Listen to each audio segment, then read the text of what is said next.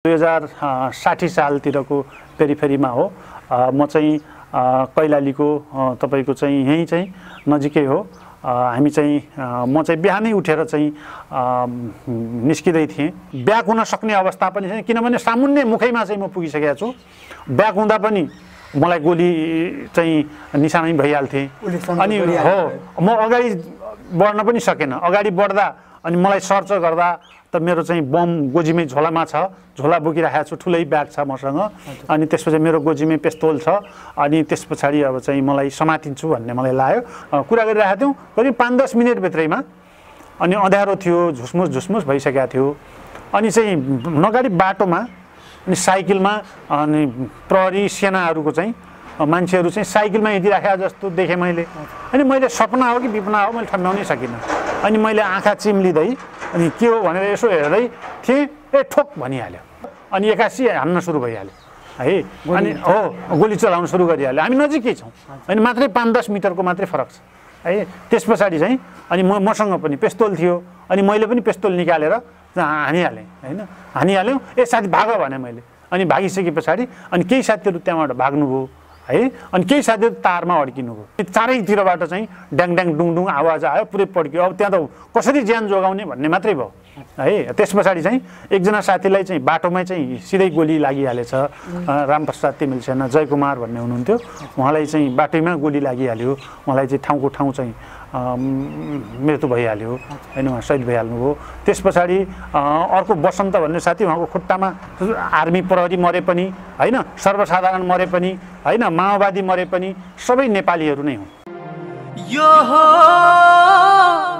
सुनौलो टेलिभिजन। आदरणीय दर्शक महानुभाव नमस्कार, म सुमन भण्डारी तपाईलाई स्वागत गर्न चाहन्छु सुनौलो टेलिभिजनमा। आज पनि हामी तपाईहरुको बीचमा विभिन्न हिजोका युद्ध अनुभूति लिएर उपस्थित भइसकेका छौं। तपाईहरुले स्क्रिनमा देखिसक्नु भएको छ हाम्रा अतिथि प्रेम बहेक पर्वत आज हाम्रो बीचमा हुनुहुन्छ। उहाँ 10 वर्ष जनयुद्धका कुशल कमान्डर हुनुहुन्छ। उहाँको कमान्डमा देशका विभिन्न ठाउँहरुमा चाहिँ त्यतिबेला भीषण चाहिँ आक्रमणहरु, मुठभेडहरु, त्यहाँ एम्बुसिङ विभिन्न कारबाहीहरु भएका छन् र उहाँका ती अनुभव सँगसँगै अहिलेको राजनीतिक परिवेशको विषयमा चाहिँ उहाँका आफ्नो विचार, आफ्नो धारणा राख्दिनको निमित्त आज हाम्रो बीचमा आइपुग्नु भएको छ। र सर्वप्रथम म उहाँलाई स्वागत गर्न चाहन्छु। स्वागत छ सर। सबैलाई नमस्कार। सन्चै आरामै हुनुहुन्छ? हजुर ठिकै छौँ। हामी तपाईका विभिन्न हिजोका युद्ध अनुभूतिहरू, गाम तपाईको चाहिँ जुम्ला, त्यहाँबाट अछामको मङ्गलसेन, जुम्लाको खलङ्गा लगायत यहाँ विभिन्न खालका चाहिँ तपाईका अनुभूतिहरू हाम्रो दर्शक बीचमा राखिसक्नु भएको छ। र आज पनि हामी तपाईका ती हिजोका युद्ध अनुभूति सँगसँगै अहिलेको राजनीतिक परिस्थितिको बारेमा पनि हामी कुराकानी गर्नेछौँ। र हाम्रा सम्पूर्ण दर्शकहरूको बीचमा तपाईका हिजोका अनुभूतिहरू सँगसँगै तपाईको अहिलेको राजनीतिक परिस्थितिको बारेमा आफ्नो विचारहरू राख्दिन म चाहिँ अनुरोध गर्दछु। तपाईका विभिन्न अनुभवहरू पनि छन्। तपाईँ लिस्नी गाममा पनि प्रत्यक्ष रूपमा त्यहाँ लड्नुभयो। त्यहाँको बारेमा अथवा तपाईलाई चाहिँ आज कुन ठाउँ अथवा अन्य कुनै ठाउँको बारेमा हिजोको युद्ध अनुभूतिको बारेमा केही कुरा तपाईको अनुभवहरू राख्दिन म अनुरोध गर्छु। धन्यवाद। यो सुनौलो टेलिभिजन युट्युब च्यानल हेरेर बस्नुभएका सम्पूर्ण दर्शक महानुभावहरूमा म प्रेम बहेकको तर्फबाट हार्दिक न्यानो अभिवादन गर्न चाहन्छु। र चाहिँ सुमनजीले भने जस्तै समग्र युद्धको अनुभव र चाहिँ लडाइँका मोर्चाहरूको अनुभव र आजको भोगाई र समग्र राजनीतिक परिदृश्यको बारेमा म यहाँहरूको बीचमा छोटो आफ्नो भनाइ राख्न चाहन्छु। अब युद्धका ब्याटलका बारेमा त मैले हेमन्त अगाडि विषयहरूमा पनि लडाइँका मोर्चाहरूमा धेरैजना साथीहरूले पनि राख्नु भएको छ, त मैले आफूले पनि राखेको छु होइन। तर म अहिले आम दर्शक माझमा र तपाईलाई पनि म चाहिँ केही कुराहरू म चाहिँ सेयर गर्न चाहन्छु। त म यस्ता धेरै म चाहिँ आफू पनि तपाईको अर्बान सहरी गुरिल्लाको चाहिँ नेतृत्व गरेर म चाहिँ तराईका चाहिँ सोइत इलाकाहरूमा म चाहिँ घुम्या भएर दुश्मनहरूका तपाईका चाहिँ घेराबन्दीका बीचमै रहेर लुकामरी गर्दै खेल्ने क्रममा म धेरै पटक चाहिँ उनीहरूकै सँगै कुरा गरेर आफू हतियारसहित हुँदै पनि आफ्नो पोजिसन उहाँहरूसँग लुकेर उहाँहरूसँग कुरा गर्दै म आफू जोगिएका त्यस्ता पलहरू छन् क्षणहरू छन् होइन। म चाहिँ त्यहाँ चाहिँ 1-2टा उल्लेख गर्न चाहन्छु। त्यो के भने सायद चाहिँ करिबन 2060 सालतिरको पेरिफेरीमा हो। म चाहिँ कैलालीको तपाईँको चाहिँ यहीँ चाहिँ नजिकै हो। हामी चाहिँ म चाहिँ बिहानै उठेर चाहिँ निस्किँदै थिएँ। तपाईँको चाहिँ मसँग आफ्नै तपाईँको चाहिँ लगाएको चाहिँ ड्रेस अनि मेरो ब्यागमा चाहिँ युद्ध सामग्रीहरू भएको झोला होइन, स्लिपिङ ब्याग, त्यस पछाडि त्यहाँ मेरा चाहिँ तपाईँका चाहिँ दस्तावेजहरू, त्यस पछाडि चाहिँ ब्यागको दुवै साइडमा चाहिँ तपाईँको सकेट बमहरू, त्यसपछि मेरो आफ्नै गोजीमा पेस्तोल थियो है। म चाहिँ बिहानी पख टाउकोमा टोपी लगाएको थिएँ, चिसोसम्म मौसम थियो, तपाईँको चाहिँ कुहिरो लागेको थियो टम्म। अनि बिहानै 7 बजेको समयमा म बाइकमा चाहिँ निस्किँदै गरेका थिएँ। त्यो निस्किने क्रममा चाहिँ अगाडि जाँदाखेरि 2टा बाटो आयो। 2टा बाटोको चाहिँ छेउमा अब कुन बाटो जाने भन्दाखेरि अब छोटो बाटोतिर लाग्नुपर्छ भनेर अलिकति अगाडि बढ्दै थिएँ। त्यो अगाडि चाहिँ पुरै चाहिँ रोडभरि चाहिँ प्रहरीहरूको चाहिँ आर्मीहरूको गस्ती चाहिँ मैले फेला पारेँ है। अब त्यहाँ सबै मान्छेहरूको चाहिँ सर्चिङ भइरहेको थियो। बिहानै पख करिबन 7:30 बजेको समय हुनुपर्छ। सबैजनाले चाहिँ मान्छेहरू बाटैभरि। अब म ब्याक हुन सक्ने अवस्था पनि छैन, किनभने सामुन्ने मुखैमा चाहिँ म पुगिसकेको छु। ब्याक हुँदा पनि मलाई गोली चाहिँ निशानै भइहाल्थेँ। अनि हो, म अगाडि बढ्न पनि सकेन। अगाडि बढ्दा अनि मलाई सर्च गर्दा त मेरो चाहिँ बम गोजीमै झोलामा छ, झोला बोकिराखेको छु, ठुलै ब्याग छ मसँग। अनि त्यसपछि मेरो गोजीमै पिस्तोल छ। अनि त्यस पछाडि अब चाहिँ मलाई समातिन्छु भन्ने मलाई लाग्यो। अनि मैले चाहिँ एउटा घर थियो त्यो छेउमै, मैले त्यो घरको आँगनमा चाहिँ बाइक लगाएँ। अनि बाइक त्यो घरको आँगनमा लाँदा त्यो घरको आँगनभरि पनि सबै चाहिँ सशस्त्र प्रहरीहरू सबैजनाहरू चाहिँ छरिएको रूपमा पाएँ मैले होइन। अनि त्यो अवस्थामा चाहिँ अब म चाहिँ बडो अनौठो अवस्थामा पुगेँ। त मैले फेरि होस गुमाइनँ होइन, किनभने म जहिले पनि मेरो गोजीमा पिस्तोल हुन्थ्यो। पिस्तोलमा चाहिँ मैले लोड गरेर राखेका हुन्थेँ होइन। मैले चाहिँ गोली लोड गरेर राखेका हुन्थेँ, तर चाहिँ लक गरेर राखेका हुन्थेँ, सेफ्टी लक हुन्थ्यो। अनि म बाइकबाट झरिनँ। अनि त्यो घरको आँगनको दैलोमा लगेर मैले बाइक स्ट्यान्ड गरेँ। म बाइकबाट झरिनँ। अनि एउटा खुट्टा टेकेँ, एउटा खुट्टा चाहिँ बाइकमै थियो। अनि मैले चाहिँ गोजीमा हात हालेँ। अनि पिस्तोल चाहिँ लक खोलेँ। अनि त्यस पछाडि मैले निकालिनँ। अनि म एउटा हात चाहिँ ह्यान्डलमै समातिराखेँ। अनि त्यस पछाडि चाहिँ एकजना चाहिँ प्रहरीको चाहिँ ऊ चाहिँ आएर मलाई चाहिँ सोध्नुभयो, कहाँबाट आउनुभयो भनेर। म तपाईँहरूलाई खोज्दै आएको भनेर भने। त्यो के भएछ भन्दाखेरि घरको मान्छेले मलाई उनीहरूको मान्छे सम्झेछन् होइन। त्यो घरको मान्छेले मलाई नचिन्ने है। अनि प्रहरीहरूले, तिनीहरू सशस्त्रहरूले मलाई चाहिँ यो घरको मान्छे सोचेछन् है। अनि त्यस पछाडि चाहिँ उनीहरू चाहिँ अलमल परे होइन। त्यसो भइसके पछाडि अनि ऊ चाहिँ मलाई सोध्न आयो। अनि मैले भने म तपाईँहरूलाई खोज्दै आएको भनेर। किन भनेर पछाडिबाट हतियार बोकेका मान्छेहरूले घेरा हालिराखेका छन् भनेर। मैले को हुन् र भनेर भने एउटाले। मैले खै त माओवादीहरू त होलान् भनेर भने। त्यसो भनिसकेपछि उनीहरूको एकजना कमान्डरले ए ल भनेर कासन गर्ने बित्तिकै उनीहरू त्यो घरको आँगनबाट सबैजना उठेर गुर्र चाहिँ रोडतिर चाहिँ गए, आँगनबाट सर्र उता गए। अनि मेरो पालो त्यहीँनिर बाइक चाहिँ स्ट्यान्ड गरेँ। त्यहाँबाट झरेर त्यो घरको चाहिँ पछाडि चाहिँ तिरबाट तोरीबारी थियो। अनि त्यहाँबाट कुदेर दिवाल कुदेर म चाहिँ तोरीबारी गरेर म सुरक्षित ढङ्गले निस्केँ। पछि चाहिँ त्यस क्रममा उनीहरू चाहिँ पछि यताउति हेरे, भेटाएनन्। ए कहाँ छ त्यो मान्छे भन्दाखेरि खोज्दा भेटिएन। खोजबिन गरेँ, उनीहरूले भेटाउन सकेनन् है, किनभने कुहिरो लागेको थियो। म त निस्किहालेँ। त्यस पछाडि त्यो घरको मान्छेलाई अनि त्यहाँ गाउँको मान्छेलाई उनीहरूले पिटे भन्ने मैले सुने। पछि मैले अनि सुरक्षित ठाउँमा आएर अरू मान्छेहरूलाई मैले चाहिँ पठाएँ, जानुहोस् त यस्तो यस्तो अवस्था भयो तपाईँ भनेर चाहिँ गएँ, पठाएँ। त्यसपछि जाँदा पछि त्यो बाइक पनि उनले लगेछन्। पछि त्यहाँको मान्छेहरूलाई उनले पिटे, ए यस्तो मान्छे फुत्कियो, बडो हामीलाई झुक्क्याएर गयो भनेर। म त्यसरी पनि मैले एक ठाउँमा चाहिँ त्यसरी ज्यान जोगाएको छु होइन। भने अर्को ठाउँमा तपाईँको चाहिँ यहीँ नजिकै चाहिँ तपाईँको चाहिँ भल्कामा एउटा समय थियो युद्धकालको बेलामा। हामी करिबन चाहिँ 4-5 जना चाहिँ गाडीमा चाहिँ आर्मीहरू छोप्यौँ, सिभिलियन है। चारजना जति चाहिँ हामीले समातेपछि तिनी मान्छेहरूलाई हामीले चाहिँ आफ्नो नियन्त्रणमा लियौँ।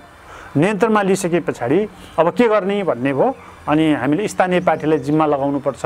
अब यिनीहरूलाई अब हामीले अब केही गर्न मिलेन, सिभिलमा छन्। स्थानीय पार्टीलाई जिम्मा लगाएर उनीहरूको बारेमा केरकार गर्ने, उनीहरू कसरी आए के हो भन्ने विषयमा बुझ्न लाग्यो। त्यसपछि स्थानीय पार्टीलाई मैले चाहिँ सम्पर्क गरेँ। सम्पर्क गरेपछि उनीहरू चाहिँ नजिकै बजारमा, लम्की बजारमा उनीहरू थिए। मैले उनीहरूलाई चाहिँ खबर गरेँ। खबर गरेपछि हामीलाई लिन आउनुहोस् भने। अनि मैले चाहिँ मसँग भएका 2-3जना साथीहरूलाई ल यिनी 4जना मान्छेलाई लिएर माथि गाउँतिर सुरक्षित स्थानतिर तपाईँहरू लैजानुहोस् भनेर पठाएँ। अनि म चाहिँ उनीहरूलाई ल्याउन भनेर बजारतिर आएँ। त्यस पछाडि पार्टीको स्थानीय साथीहरूलाई मैले लगेर गएँ। तर उनीहरू चाहिँ हाम्रो 2-3जना साथीहरूलाई तिनी 4जना चाहिँ आर्मी केटाहरूले उनीहरूले झुक्क्याएछन्। हामीलाई एकछिन घरमा, हामी विद्यार्थी हो, हामी पढ्न जाने हो, हामीलाई चाहिँ एकछिन कल गर्न दिनु न भनेर उनीहरूलाई चाहिँ त्यो नजिकै पिसिओमा, त्यतिखेर मोबाइल थिएन, अनि त्यहाँ पिसिओहरूमा फोन गर्नलाई चाहिँ भनेछन्। अनि उनीहरूले प्रभावमा परेर लौन त भनेर त्यहाँ अल्झाएछन् होइन। अल्झाएछन् र उनीहरूले चाहिँ घरमा फोन नगरिकन सायद आफ्नो ब्यारेकतिर उनीहरूले जानकारी गरेछन्। अनि त्यसो हुँदाखेरि म करिबन त्यहाँबाट साथीहरूलाई, स्थानीय पार्टीको साथीहरूलाई लिएर त्यहाँ चाहिँ पुग्दा त्यही नजिकै उनीहरू चाहिँ अल्मली राखेको देखेँ। अनि मैले रिसाएँ उनीहरूलाई, तपाईँहरूले अहिलेसम्म यस्तो गर्ने, अनि समयमा चाहिँ हुँदा के हुन्छ अहिले चाहिँ भनेपछि र तुरन्त ल्याएर आउनुहोस् भनेर म अलि अगाडि गएँ। अगाडि जाँदा हाम्रो एकजना चाहिँ जनमुक्ति सेनाकै एकजना कमान्डर साथी भेटिनु हो होइन। अनि एकछिन चाहिँ यसै कुरा गरेर घरको छेउमा एकछिन बसालेर कुरा गर्दै थियौँ। अनि पार्टीको साथीहरूले पनि खै एकछिन हामी बुझ्छौँ नि त उहाँहरूलाई भनेर एकछिन चाहिँ उहाँहरूले कुरा गर्दै हुन्थ्यो। त्यही क्रममा करिबन साँझ परिसकेको थियो। यहाँ नजिक चाहिँ अब त्यस्तो चाहिँ उनीहरूका सेना प्रहरीका पोस्टहरू थिएनन्, अलि टाढै थिए। अनि उनीहरूले चाहिँ त्यो विषयमा हामीले एकैछिन मात्रै कुरा गरिरहेका थियौँ, करिब 5-10 मिनटभित्रैमा। अनि अँध्यारो थियो, झुसमुस भइसकेको थियो। अनि चाहिँ नगाडी बाटोमा अनि साइकलमा अनि प्रहरी सेनाहरूको चाहिँ मान्छेहरू चाहिँ साइकलमा हिँडिराखेका जस्तो देखेँ मैले। अनि मैले सपना हो कि विपना हो मैले ठम्ब्याउनै सकिनँ। अनि मैले आँखा चिम्लिँदै अनि के हो भनेर यसो हेर्दै थिएँ, ए ठोक भनिहाल्यो है, ए ठोक भनिहाल्यो। अनि एक्कासी हान्न सुरु भइहाल्यो है। अनि हो गोली चलाउन सुरु गरिहाल्यो। हामी नजिकै छौँ, अनि मात्रै 5-10 मिटरको मात्रै फरक छ है। त्यस पछाडि चाहिँ अनि मसँग पनि पिस्तोल थियो। अनि मैले पनि पिस्तोल निकालेर हानिहालेँ होइन। हानिहाल्यौँ, ए साथी भाग भने मैले। अनि भागिसके पछाडि अनि केही साथीहरू त्यहाँबाट भाग्नुभयो है। अनि केही साथीहरू तारमा अड्किनु भयो। अनि मैले त्यहीँ गएर लात्ताले हाने त्यो तारमा। अनि तारबाट साथीहरू निस्किनु हो होइन। त्यो चाहिँ काँडे तारहरू थियो। अनि त्यो घरको छेउमा यसो बारीको छेउमा लगा काँडे तार थियो। अनि त्यहाँ अनि चारैतिरबाट चाहिँ ड्याङ डुङडुङ आवाज आयो, पुरै पड्क्यो। अब त्यहाँ त कसरी ज्यान जोगाउने भन्ने मात्रै भयो है। त्यस पछाडि चाहिँ एकजना साथीलाई चाहिँ बाटोमै चाहिँ सिधै गोली लागिहालेछ। रामप्रसाद तिमिल सेना जयकुमार भन्ने हुनुहुन्थ्यो, उहाँलाई चाहिँ बाटैमा गोली लागिहाल्यो। उहाँलाई चाहिँ ठाउँको ठाउँ चाहिँ मृत्यु भइहाल्यो होइन, उहाँ शहीद भइहाल्नुभयो। त्यस पछाडि अर्को बसन्त भन्ने साथी, उहाँको खुट्टामा अछामको चाहिँ हुनुहुन्थ्यो। उहाँ एकदमै यो ठाउँको इन्चार्ज पनि हुनुहुन्थ्यो। उहाँ भर्खरै चाहिँ कमिसार पनि उहाँले चाहिँ पार्टीले चाहिँ उहाँलाई निर्णय गरेर कमिसारमा चाहिँ जिम्मेवारी दिएको थियो। उहाँ चाहिँ फर्मेसनमा पनि जान पाउनु भएको थिएन होइन। यो यही एरियाको चाहिँ उहाँ इन्चार्ज हुनुहुन्थ्यो। त्यस पछाडि उहाँलाई चाहिँ खुट्टाको समस्या थियो। उहाँ त्यो बाँसको झोलभित्र पस्नु हो है। त्यस पछाडि चाहिँ अनि म पनि अनि कुदेर चाहिँ त्यस पछाडि सबै भागिसके पछाडि म पनि त्यो तार नागेर चाहिँ उता गएँ। अनि मलाई हान्न थाल्यो, मलाई नै केन्द्रित गर्यो टार्गेट। त्यस पछाडि म चाहिँ मसँग पिस्तोल थियो, पिस्तोलमा गोली सकिसकेको थियो। अनि पिस्तोल देखाउँछु खालि, अनि चाहिँ ऊ चाहिँ पोजिसनमा जान्छ। ऊ पोजिसनमा जानु थाल्ने बेला म दगुर्छु होइन। अनि त्यस पछाडि उसले फेरि मलाई हान्छ। अनि म चाहिँ पोजिसनमा जान्छु। अनि मैले पिस्तोल देखाउँछु, फेरि ऊ चाहिँ पोजिसनमा जान्छ। अनि यसो गर्दाखेरि म करिबन चाहिँ अगाडिपट्टिको घरमा चाहिँ म चाहिँ कभर लिन पुगेँ। कभर लिएर घरको सेपमा चाहिँ अनि म दगुरेर उनीहरूकै बस्तीको उनीहरू दौडै एकजना साथीलाई दौडै राखेका छन् रोड उनीहरूको बिचबाट मैले क्रस गरेर उतापट्टि चाहिँ तपाईँ खेतको डिल्लामा चाहिँ लुकेँ। अनि त्यो नाली भएर अनि म सुरक्षित स्थानतर्फ म चाहिँ जोगिएँ होइन। त्यसपछि त्यहाँ चाहिँ हाम्रो 3जना साथीहरू शहीद हुनुभयो। जयकुमार, एकजना बसन्त भन्ने साथी, भरत साउद, त्यसपछि अर्को एकजना गरेर उहाँ 3जना शहीद हुनुभयो। अरू हामी 4जना जति साथीहरू हामी चाहिँ अनि चाहिँ त्यहाँ ज्यान जोगाएर हामी सुरक्षित भएका छौँ होइन। धेरै पनि हुनुहुन्थ्यो हो, त्यहाँ चाहिँ हामी 5-7 जना मात्रै थियौँ होइन। हामी फेरि मसँग मात्रै पिस्तोल थियो, अरू हतियार कसैसँग पनि थिएन होइन। हो थिएन, मसँग पनि त्यो पिस्तोलमा पनि 3-4 वटा गोली मात्रै थियो, त्यो पनि समाप्त भइसकेको थियो। त्यसरी पनि त्यो ठाउँमा ज्यान जोगाइयो होइन। यस्ता धेरै ठाउँहरू छन् जो चाहिँ किनभने सहरीमा उसमा त ठाउँ-ठाउँमा चाहिँ अब राज्यका चाहिँ सुरक्षा अङ्गहरूका पोस्टहरू थिए। ती पोस्टहरूमा चाहिँ हामी एकदम लुकीछिपी गरेर नजिकबाट चाहिँ आफ्नो पोजिसन लुकाउनु पर्थ्यो र बचेर त्यही भित्रबाट पनि हामीले आक्रमण गर्नु पर्थ्यो होइन। त्यस क्रममा म आफै पनि फेरि कमान्डर भएको हुनाले सहरी उसमा चाहिँ धेरै ठाउँहरूमा त्यस्ता चाहिँ जम्का भेटहरू भएका छन् होइन। धेरै ठाउँहरू त्यस्ता अनुभव, लडाइँका मोर्चाहरू आम्ने सामने भएर लडेका धेरै ठाउँहरू मोर्चाहरू छन् होइन। ठुला साना गरेर करिबन दर्जनौँ लडाइँहरू लडियो, यस्ता खालका अनुभव। ती अहिले सपना जस्तो हुन्छ हेर्नुहोस् होइन। आज मान्छेहरू परिवर्तन आकाशबाट झर्या हो कि यो गणतन्त्र सजिलैसँग आयो कि भन्ने गर्छन् होइन। केपी ओलीले त्यति बेला भन्नुहुन्थ्यो गणतन्त्रको कुरा गर्दाखेरि होइन, गणतन्त्र आउँछ यति सजिलै भन्नु, नारा लगाउनु भनेको होइन बैलगाडामा चढेर अमेरिका पुग्नु जस्तै हो, अनि के को गणतन्त्रका कुरा गर्ने भनेर चाहिँ केपी ओलीले भन्नुहुन्थ्यो होइन। आज उहाँ नै गणतन्त्रको चाहिँ उसमा चाहिँ प्रधानमन्त्री चाहिँ हुनुभएको छ होइन। र उहाँलाई चाहिँ फेरि कुनै त्यो योगदान नभएका कारणले होइन, गणतन्त्रको माया नभएका कारणले उहाँले यत्रो लडेर सङ्घर्षबाट आएको गणतन्त्रलाई सजिलैसँग उहाँले संविधानलाई गरेर प्रतिनिधि सभाको विघटनै गरेर संविधानलाई मिचेर उहाँले चाहिँ अध्यादेश मार्फत मुलुक चलाउनेतिरमा जानुभएको छ। अनि यो प्रकार हामी देखिरहेका छौँ होइन। यो हुनु हुँदैन राजनेताहरूले होइन। राजनेताहरूले यो परिवर्तन त्यति सहज आएको परिवर्तन होइन होइन। यसमा चाहिँ जनताको अभूतपूर्व बलिदान छ, ठुलो सङ्घर्ष छ होइन। आर्मी प्रहरी मरे पनि होइन, सर्वसाधारण मरे पनि होइन, माओवादी मरे पनि सबै नेपालीहरू नै हुन् होइन। यो नेपालीहरूको चाहिँ तपाईँहरूको राजनीतिका कारणले होइन, तपाईँहरूको चाहिँ तपाईँको अराजनीतिक यात्राका कारणले मुलुकले दुःख पाइराखेका छ, नागरिकहरूले दुःख पाइराखेका छन्, हामीले दुःख पाइराखेका छौँ र यो पीडा हामी सबैले मुलुकले बेहोरिराखेका छ होइन। चाहे आर्थिक रूपमा होस् या भौतिक रूपमा होस् होइन, या चाहिँ जीवनको रूपमा होस् होइन। आज म आफै पनि अशक्त अपाङ्गता छु होइन, मेरो रहरले भएको होइन होइन, यो मुलुकको राजनीतिक परिवेशका कारणले भएको।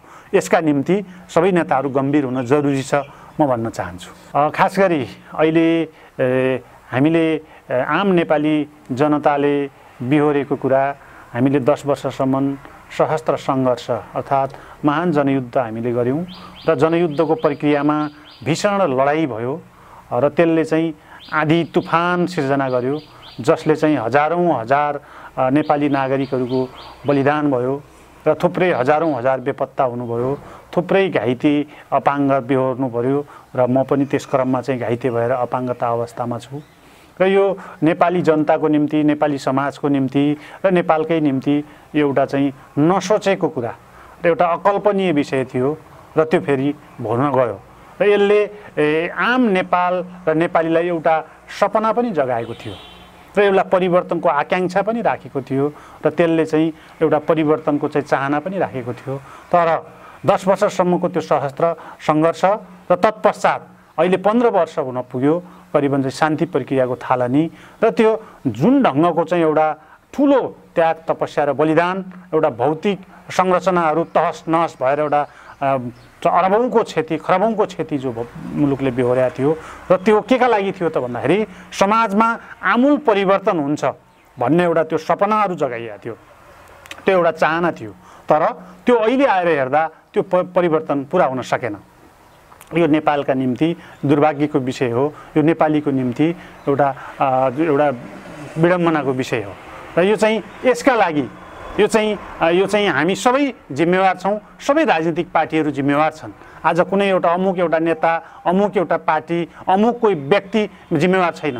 यसका निम्ति सबै पार्टीहरू जिम्मेवार छन्, यसका चाहिँ नेताहरू जिम्मेवार छन् र यसको बारेमा आम नेपाली नागरिकहरूले चाहिँ सचेत हुन आवश्यक छ, बुझ्न आवश्यक छ।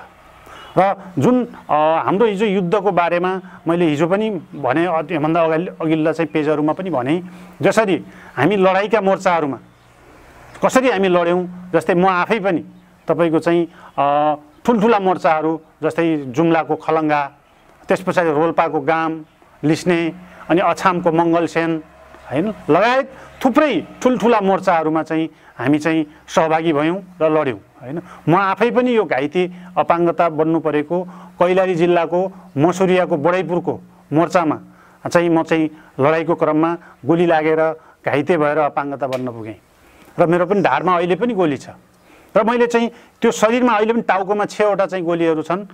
त्यो चाहिँ सबै पचाएर त्यो सबैलाई पचाएर आज पनि कष्टपूर्ण जीवन बाँचिराखेका छौँ र सङ्घर्ष गरिराखेका छौँ र थुप्रै हजारौँ शहीद हुन पुगे। तर उहाँहरू शहीदहरू आज चाहिँ हाम्रो बिचमा हुनुहुन्न, शहीद परिवारहरू हुनुहुन्छ, उहाँहरूको जीवन बडो कष्टमय छ, उहाँहरू पीडादायक जीवन बाँचिराख्नु भएको छ। कतिका श्रीमानहरू छैनन् होइन, कतिका श्रीमतीहरू छैनन्, कतिका आमा बुवाहरू छैनन्, टुहुरा बालबालिकाहरू हुनुहुन्छ, उहाँहरूको जीवन कष्टपूर्ण छ, उहाँहरूको बडो कष्टका साथ जीवन भोगिराख्नु भएको छ। अनि बेपत्ता परिवार हुनुहुन्छ, उहाँको बेपत्ता परिवारहरूको चाहिँ अहिले उहाँहरूको आफन्तहरू कहाँ हुनुहुन्छ भन्ने अत्तोपत्तो छैन, न त उहाँहरूसँग सास छ, उहाँहरूको न त लास भेटिन्छ। त्यसो हुँदा त्यो बारेमा सरकारले अहिलेसम्म खोज्न सकिरहेका छैन। शान्ति प्रक्रिया नै सुरुवात भएको थालनी भएको 15 वर्ष बितिसक्यो। यो अवस्था पनि राज्यले उहाँहरूलाई चाहिँ न्याय दिन सकिरहेका छैन। उहाँहरूको अवस्था के छ यो बारेमा चाहिँ राज्यले चाहिँ उहाँहरूलाई चाहिँ प्रमाणित गर्न सकिरहेका छैन। त्यसै कारण हजारौँ हजार घाइते अपाङ्ग हुनुहुन्छ, उहाँहरूको जीवन व्यवस्थापन गर्न सकिरहेका छैन। त उहाँहरू अहिले पनि कति मान्छेहरू चाहिँ औषधि उपचार नपाएर क्यान्सर लागेर उहाँहरू अस्पतालको चाहिँ शैय्यामा शरीरभित्रै गोली बोकेर शरीरभित्रै छर्रा बोकेर उहाँहरू अहिले पनि कष्टकर जीवन बाँचिराख्नु भएको छ। उहाँहरूको परिवार अहिले पनि चिन्तित हुनुहुन्छ। उहाँहरूको बारेमा राज्यले अहिले पनि होइन उहाँहरूलाई चाहिँ व्यवस्थापन गर्न सकिरहेका छैन। मान्छेहरू त्यसको नाउँमा शान्तिको नाममा शान्ति व्यवस्थापनको नाममा अरबौँ अरब पैसा विभिन्न निकायहरूबाट आएर त्यो अनेकौँ ठाउँमा खर्च गरियो, तर यसको चाहिँ दिगो शान्तिको तर्फ कुनै एउटा त्यस्तो शान्ति व्यवस्थापन गर्ने नाम हुन सकिरहेको छैन र उनीहरूको भरण पोषण हुन सकिरहेको छैन। यो दायित्व आज यो सिङ्गो नेपालीको बलिदान विभिन्न जनयुद्धको प्रक्रियामा र जनआन्दोलनको प्रक्रियामा उहाँहरू लडेर योगदान गरेका कारणले आज मुलुकमा गणतन्त्र प्राप्ति भएको छ। आज सङ्घीयता, धर्मनिरपेक्षता, समानुपातिक, समावेशी जस्ता प्रगतिशील एजेन्डाहरू मुलुकमा कार्यान्वयन भएका छन् र यसकामा विभिन्न नेताहरू होइन आज उनीहरूमा हालिमुहाली गरिराखेका छन्, आज मनपरी गरिराखेका छन्। आज चाहिँ सिंहदरबारको अधिकार गाउँमा नजिकै जनताहरूले प्रत्याभूत हुने गरिकन प्राप्त भएको छ, तर त्यो जनतालाई सही तरिकाले डेलिभरी गर्ने, जनतालाई सेवा सुविधा प्रवाह गर्ने भन्दा आज गाउँ गाउँमा होइन सयौँ राजा बन्ने, हजारौँ राजा बन्ने त्यो दुष्प्रयास भइराखेको छ होइन, त्यसको रिहर्सल भइराखेको छ। उनीहरूले चाहिँ जनताका राजनीतिक पार्टीहरू होइन जनतामा सेवा गर्नुपर्छ, राजनीति भनेको सेवा हो, जनताका निम्ति हो होइन। अहिले जो चाहिँ वडा अध्यक्षहरू हुनुहुन्छ, गाउँपालिका अध्यक्षहरू हुनुहुन्छ, नगरपालिकाका नगर प्रमुख हुनुहुन्छ होइन, प्रदेश सभा मुख्यमन्त्री हुनुहुन्छ, मुख्यमन्त्री प्रदेशका चाहिँ मन्त्रीहरू हुनुहुन्छ, त्यही गरिकन केन्द्रका चाहिँ प्रधानमन्त्री मन्त्रीहरू हुनुहुन्छ। उहाँहरूले जनताको सेवा सुविधाका निम्ति, विकासका निम्ति होइन, जनतालाई कसरी शान्ति सुरक्षाको प्रत्याभूति गराउन सकिन्छ, विकासमा कसरी मूल फुटाउन सकिन्छ होइन, शिक्षामा चाहिँ कसरी चाहिँ नयाँ ढङ्गको चाहिँ शिक्षा चाहिँ गुणस्तर बनाउन सकिन्छ, त्यही व्यावहारिक शिक्षा, कृषिमा कसरी उन्नत गर्न सकिन्छ र आम नागरिकलाई रोजगारमा कसरी पहुँच पुर्याउन सकिन्छ र मुलुकमा उत्पादन कसरी बढाउन सकिन्छ र मुलुकको आय स्रोत कसरी बढाउन सकिन्छ, जलविद्युत, पर्यटन जस्ता चाहिँ विषयमा कसरी विकास गर्न सकिन्छ, प्रवर्धन गर्न सकिन्छ, यो विषयमा विविध खालका योजनाहरू कसरी चाहिँ निर्माण गर्ने र कसरी चाहिँ त्यतातिर चाहिँ आम जनताको चाहिँ योजना केन्द्रित गर्ने त्योभन्दा उनीहरू चाहिँ आफ्नो स्वार्थ कसरी पुरा गर्न सकिन्छ, शक्तिमा कसरी रहन सकिन्छ, आफ्ना परिवार नातागोतालाई कसरी चाहिँ सेटिङ गर्न सकिन्छ, उनीहरू त्योतर्फ उनीहरू बढी केन्द्रित छन्। यसले आम नागरिकहरू निराश भएको अवस्था छ र हामी पनि हेरिराखेका छौँ प्रत्यक्ष रूपले। हामीले लडेर ल्याएको गणतन्त्र, हामीले सङ्घर्ष गरेर ल्याएको परिवर्तनमा आज उनीहरूले कसरी यो गर्न सकिरहेका छन् होइन।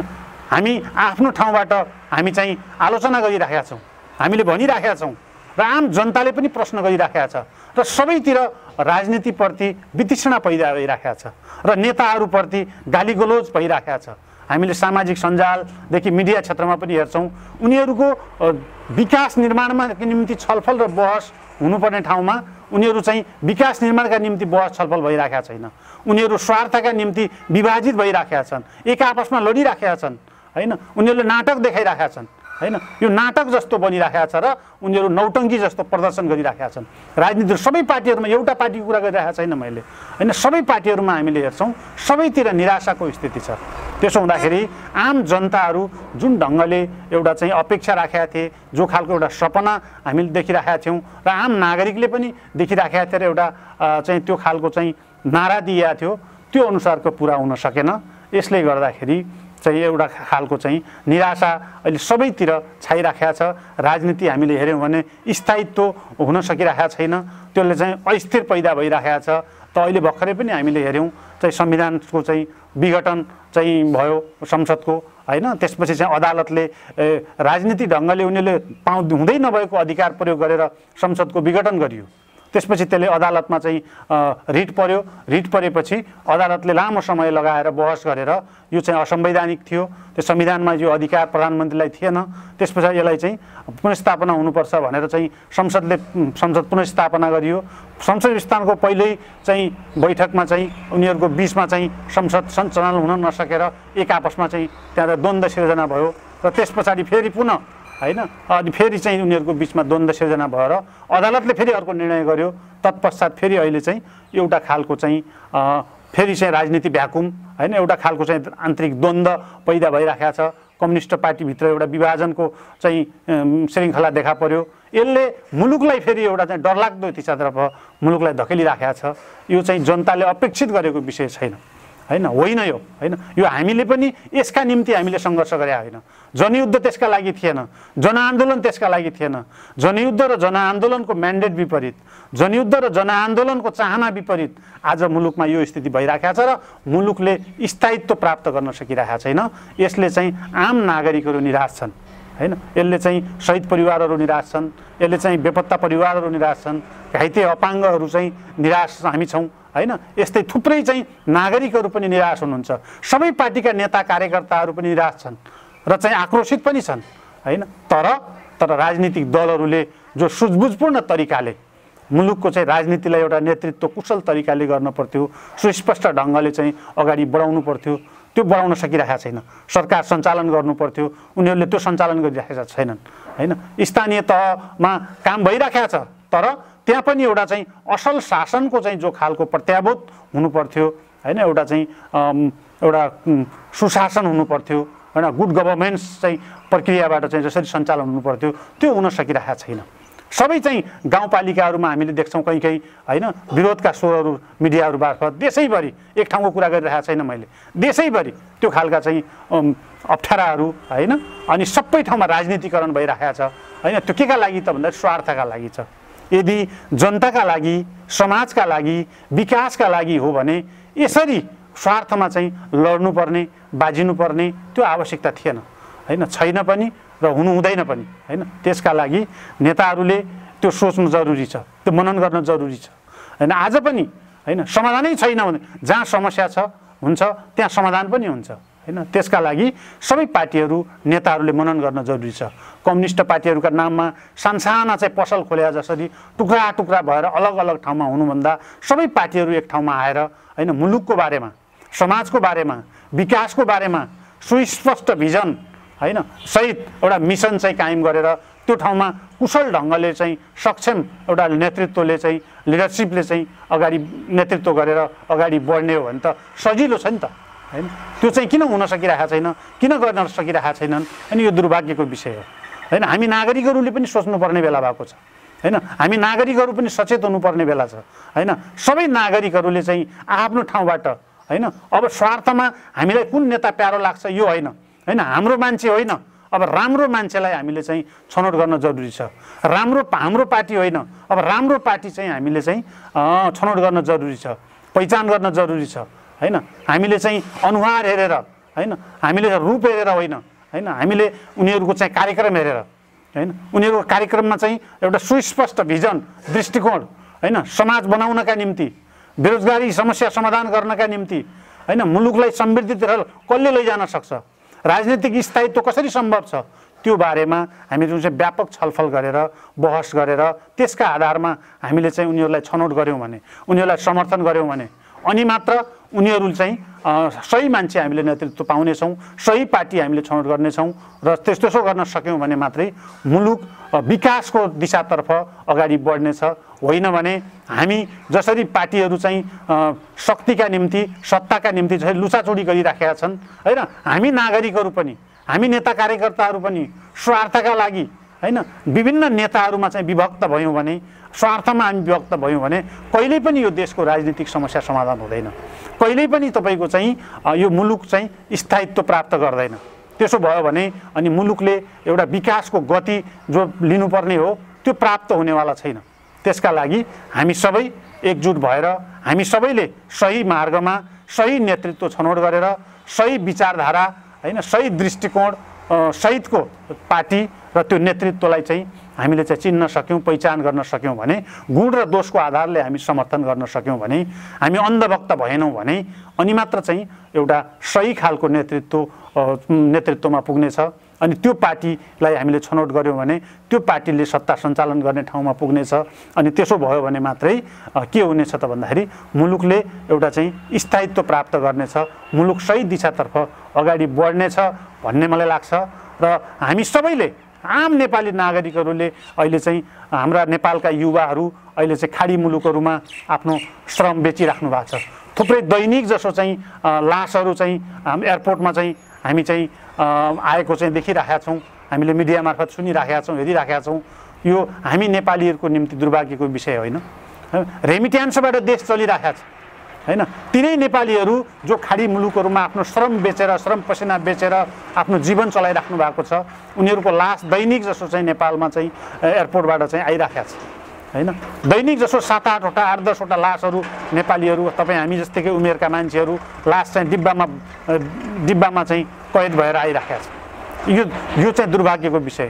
थुप्रै युवा शक्तिहरू हामी हेऱ्यौँ अहिले पनि जेलहरूमा हुनुहुन्छ होइन। उनीहरू चाहिँ बेरोजगारका कारणले होइन, दुर्व्यसनीमा परेर होइन, लागु औषध सेवन गरेर होइन, चोरी डकैतीका काण्डहरूमा भएर हामीले हेरौँ आर्मी ब्यारेकहरूमा, प्रहरीहरूका चाहिँ ब्यारेकहरूमा भन्दा बढी युवाहरू चाहिँ अहिले चाहिँ कारागारहरूमा हामी भेट्न सक्छौँ होइन। देशभरिका चाहिँ सबै जिल्लाहरूका चाहिँ कारागारमा हेऱ्यौँ भने त्यहाँ अचेत अवस्थामा होइन, त्यहाँ ठाउँ नै छैन ती कैदीहरू राख्ने होइन। त्यस्तो अवस्थामा युवाहरू अवस्था छ।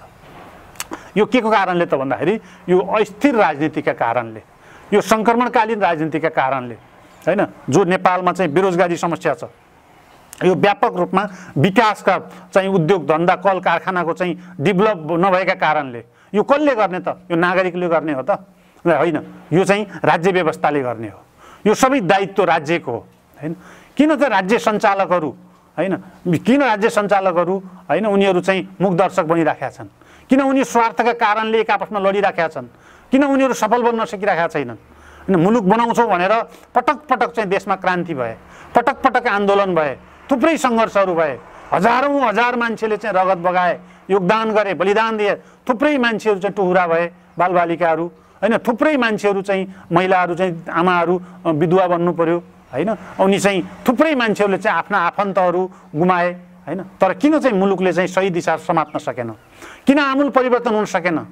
किन नागरिकहरूले चाहिँ खुसियाली आएन होइन? किन उनीहरूको जीवन स्तरमाथि उठ्न सकेन होइन? किन मुलुक चाहिँ विकासको उन्नतितर्फ अगाडि बढ्न सकेन होइन? किन चाहिँ तपाईँको चाहिँ समृद्धिको चाहिँ मार्गमा अगाडि बढ्न सकेन? समुन्नति किन प्राप्त गर्न सकेन भन्दा त यो स्वार्थका कारणले होइन। किनभने राजनीतिक ढङ्गले जुन ढङ्गले चाहिँ सङ्घर्ष भएको थियो, जुन ढङ्गले चाहिँ जनयुद्धबाट चाहिँ एउटा खालको सपना बाँडिएको थियो, जनआन्दोलनले एउटा खालको चाहिँ म्यान्डेट नेताहरूलाई, राजनीतिक पार्टीहरूलाई दिएको थियो, किन अगाडि बढ्न सकेन त भन्दाखेरि यो सबै उनीहरूले चाहिँ स्वार्थको सम्झौतामा गएर उनीहरू टुङ्गियो। अनि उनीहरूको खिचातानीको स्वार्थको लडाइँका कारणले गर्दाखेरि मुलुकले चाहिँ सही दिशा समात्न सकेन हैन सरकारमा जाँदा पनि विकास गर्ने हेतुले हैन समृद्धिको दिशातर्फ लैजाने देशले भन्दा उनीहरू काम गर्ने भन्दा उनीहरू चाहिँ आफ्नो आफन्त नातागोताहरूमा चाहिँ लैजाने हैन राम्रो मान्छे भन्दा पनि आफ्नो मान्छेलाई चाहिँ समातेर त्यो चाहिँ उनीहरूले चाहिँ जागिर दिने हैन त्यो ठाउँमा चाहिँ लिने प्रक्रियामा संवैधानिक अङ्गहरूमा पनि क्षमताको आधारले भन्दा पनि त्यहाँ चाहिँ भागभण्डाको आधारले चाहिँ त्यो ठाउँमा आफ्ना मान्छेहरू लैजाने यो प्रक्रियाले गर्दाखेरि अहिले संवैधानिक अङ्गहरू पनि नेपालका चाहिँ सबै राजनीतितिर चाहिँ तानिएका छन् हैन यसले गर्दाखेरि अहिलेको चाहिँ जो हामीले देखिरहेका छौँ हैन अस्ति प्रतिनिधि सभाको विघटन अहिले पनि निर्वाचन आयोगमा हामीले देख्यौँ हैन सहज ढङ्गले हैन निर्वाचन आयोगले त्यहाँ चाहिँ कुन पार्टी चाहिँ सही तरिकाले अगाडि बढ्या छ कुन पार्टीको चाहिँ प्रक्रिया मिलेको छैन भन्ने कुरामा पनि निर्वाचन आयोगले समयमा चाहिँ फैसला गर्न सकिरहेको छैन स्पष्ट त संविधानमा उल्लेख छ कानुन छ कानुनमा टेकेर संविधानमा टेकेर हैन यो ठिक छ यो ठिक छैन भन्न सक्नु पर्थ्यो तर त्यो भन्न सकिरहेको किन सकिरहेको छैन भन्दाखेरि राजनीतिक नियुक्ति गर्दा पनि संवैधानिक अङ्गहरूमा नियुक्ति गर्दा पनि त्यहाँ भागभण्डाका आधारले जान्छ र उसले भागभण्डामा परेका मान्छेहरूले आफूलाई जुन पार्टीले नियुक्त गरेका छ जुन नेताले नियुक्त गरेका छ त्यसका विरुद्धमा उसले निर्णय गर्न सकिरहेको छैन संविधानमा टेकेर उसले गर्न सकिरहेको छैन किनभने मेरै पद धरापमा जान्छ कि भन्ने उनीहरू सशङ्कित छन् उनीहरूलाई भय पैदा भइरहेको छ त्यसै गरिकन अदालतमा तपाईँ हामीले हेऱ्यौँ एउटा सामान्य हैन संविधानमा चाहिँ अधिकारै छैन जो कि प्रतिनिधि सभा विघटन गर्ने हैन अन्तिम अस्त्रको रूपमा भने कुनै पनि उपाय लागेन भने सरकार बन्न सक्ने अवस्था भएन भने त्यो अवस्थामा मात्रै 1 2 3 4 गरेर 5 7 पटक चाहिँ सातौं प्रक्रियामा चाहिँ गएर पनि नसके खण्डमा अन्तिम अवस्थामा मात्रै चाहिँ प्रतिनिधि सभाको विघटन गरेर फेरि नयाँ चाहिँ जनादेशका निम्ति निर्वाचनमा चाहिँ जाने त्यो बाटो छ तर यहाँ चाहिँ त्यो आफै 2/3 को चाहिँ सरकार बनेको छ सबैको सहमतिमा बनेको सरकार छ हैन उसले चाहिँ अब सनकको भरमा हैन इच्छा लागेन भनेर प्रतिनिधि सभा नै विघटन गरिदिएको छ तर यो विषयमा हैन अदालतमा जाँदा हैन यो सानो कख पढेको मान्छेले अलिकति पनि सुझबुझ भएको मान्छेले संविधान थोरै पनि पढ्या मान्छेले संविधानमा कुनै पनि बुदामा प्रधानमन्त्रीलाई संसद विघटन गर्ने अधिकार नहुँदै पनि अदालतमा सर्वोच्च अदालतमा रिट पर्दा 300 जना चाहिँ अधिवक्ताहरूलाई चाहिँ त्यहाँ बहस गर्न लगाइयो र अन्तमा हैन लामो चाहिँ प्रक्रियापछि अदालतले पनि सही नै निर्णय गर्यो हैन तर यत्रो समय पनि लाग्न जरुरी थिएन यत्रो बहस गर्न जरुरी थिएन हैन त्यसो हुँदाखेरि यो चाहिँ यो खालको स्थिति नेपालमा चाहिँ अप्ठ्यारो परेको छ अहिले पनि राजनीति संक्रमण कालको परिवेशमा अगाडि बढेको छ यसमा सबै मान्छेहरूको हैन झन् मुलुक चाहिँ विकासतर्फ अगाडि बढ्नुको साटो झन् पछाडि धकेलिराखेको छ त अझ पनि राजनीतिक दलहरूमा चेत खोल्या छैन अझ एक आपसमा चाहिँ लडाई लडिराखेका छन् आन्तरिक द्वन्द्वले चाहिँ मुलुक चाहिँ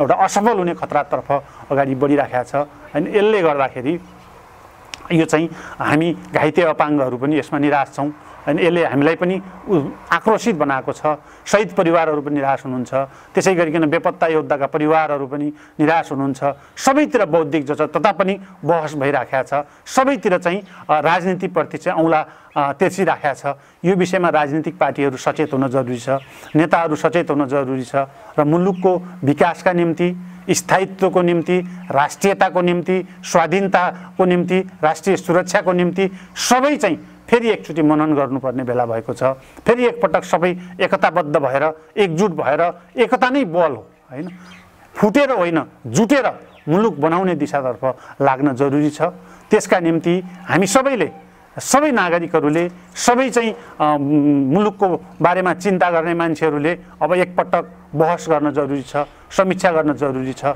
र हामीले सबै आफ्नो ठाउँमा जो हामी छौँ सबै ठाउँमा खबरदारी गर्न जरुरी छ र मुलुक बनाउने दिशामा मुलुकलाई चाहिँ सबै पार्टीहरूलाई एकताबद्ध बनाउनका निम्ति र बन्नका निम्ति खबरदारी गर्न जरुरी छ त्यसो भयो भने मात्रै मुलुक बन्न सक्छ मुलुक बनाउनका निम्ति हामी सबैले आफ्नो ठाउँबाट योगदान गर्न जरुरी छ त्यसका लागि म आफू पनि हिजो पनि युद्धका मैदानहरूमा थुप्रै लडाइँहरू लडियो थुप्रै ठाउँमा सङ्घर्ष गरियो रगत बगाइयो आफ्नो शरीरका महत्त्वपूर्ण अङ्ग प्रत्याङ्गहरूको चाहिँ योगदान गरियो हैन त्यसका बावजुद मलाई कुनै पश्चाताप छैन किनभने म घाइते भएर अपाङ्गता भएँ म घाइते भएर अपाङ्गता भएकोमा मलाई कुनै पश्चाताप छैन तर मेरो चिन्ता आज पनि मुलुक घाइते नहोस् मुलुकले अपाङ्गता बिहोर्नु अवस्था बिहोर्नु नपरोस् म यो चाहन्छु र सबै नागरिकहरूको निम्ति म यो चाहिँ सन्देश बाँड्न चाहन्छु कि हामी 1-2 जना मान्छेहरू हैन। आज हजारौँ हजार मान्छेहरू शहीद भए, हजारौँ बेपत्ता भए,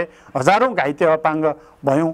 हामीलाई फेरि त्यो विषयले त्यति धेरै त्यो ठुलो विषय छैन त्यो, तर मुलुक रहिराख्यो भने अनि मुलुक बनाउनका निम्ति हामी शहीद भयौँ, मुलुक बनाउनका निम्ति हामी चाहिँ बेपत्ता हुनु पर्यो, मुलुक बन्छ कि भनेर हामी घाइते भयौँ, अपाङ्गता भयौँ, तर पनि मुलुक बन्न सकेन जे हामीले अपेक्षा राखेका थियौँ।